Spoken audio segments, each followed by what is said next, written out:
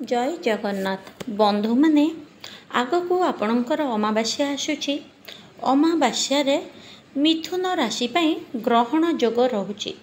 तांको जातकरे प्रथमरु ही गुरु अछंती एवं राहु अछंती, जहाँकि तांको पाई किछि शुभ फल देउथिबा स्थळे गुरु चांडाल जोग मध्य क्रिएट करुछंती।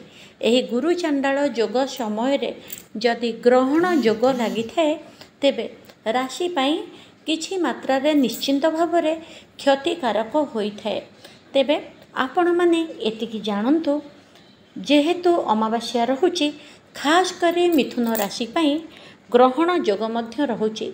ग्रहण जोग रहिले बड़ धरणर झगड़ा, बड़ धरणर माली मकदमा बा पुलिस केस बा ग्रहण जोग रहिले एक्सीडेंट भली समस्या मध्य हेई थाए।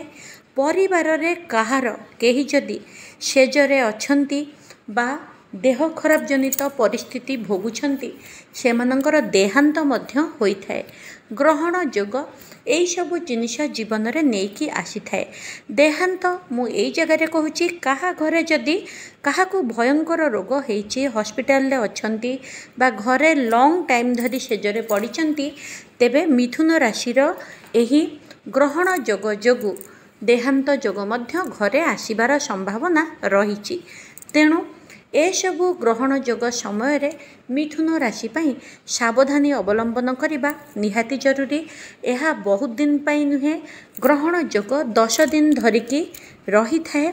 तेणु आपण माने अमावास्यार 5 दिन पूर्वरु एवं अमावास्यार 6 दिन पर पर्यंत बहुत टिके जगी रखी चलंतु, सावधान रे रुहंतु। खास करिकी बड़ धरणर अग्नि काम करंतु नाही। बड़ धरणर कौनसी गात खोलिकी ता भितरकू पशिबा, जमिति मेराइन काम, खनिज काम, कूओ काम, एई भली कामरु टिके बंची रुहंतु। द्वितीय, कौनसी दूर जगह को जहाँकि आपणकर लाइफ रिस्की हेई पारे, जंगल जगह, पहाड़ जगह, सेठुकू जिबारु वंचित रुहंतु। दूर जगह भ्रमण जहाँ आपणकर सेफ्टी ठीक से हेई परिबनी, निजे जानतु नाही बा परिवार को मध्य सांगरे नेकी जानतु नाही। एथुरु बंचिकी रहिले आपणकर ही मंगल हबो। जदि आपण दूर यात्रा करुछंती एवं ग्रहण जोग अवश्य किछि जातक रे यार प्रभाव खूब कम, किछि जातक देखिले ही तार प्रभाव अधिक रहिछि। दूर यात्रा समय रे परिवार उपरे मध्य आघातर जोग रही पारे। तेणु ए सबुथुरु बर्तिबा पाई आपण दूर यात्रारू निवृत्त रुहंतु, निजको सेफ एवं सुस्थ रखंतु। आशा करुछि वीडियो आपनको भलो लागिथिबो। चैनल को सब्सक्राइब करंतु, लाइक करंतु, शेयर करंतु। देखा हबा आउ गोटे वीडियो रे।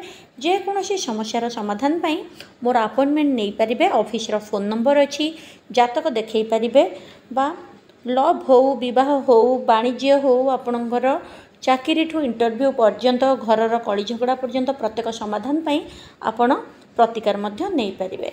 जय जगन्नाथ।